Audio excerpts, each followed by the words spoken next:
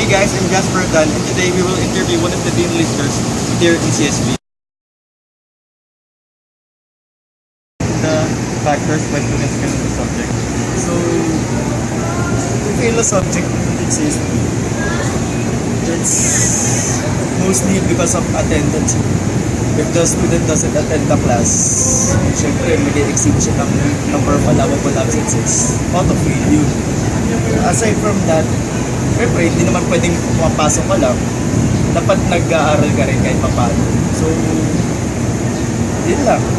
Attendance tsaka hindi nag-aaral. So next, so how about the strategies needed for to survive college life? Dapat gumagawa ka ng mga kaibigan mo simula pa lang. Hindi rin kailangan lahat kinakaibigan mo.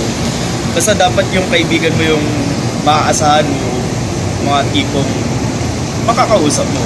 Pag may problema, makakatulong sa'yo sa pag-aaral, gano'n. Tapos, syempre, mag-allocate ka ng time for studies. Dapat nandyan yung focus mo. Pero hindi pwedeng study ka lang na study rin. Kasi mababaliw ka rin dun. Dapat papahinga rin. Nag-enjoy from time to time. Pero mostly study. Tapos, naging ko sa akin, dapat kinikilala mo yung mga prof.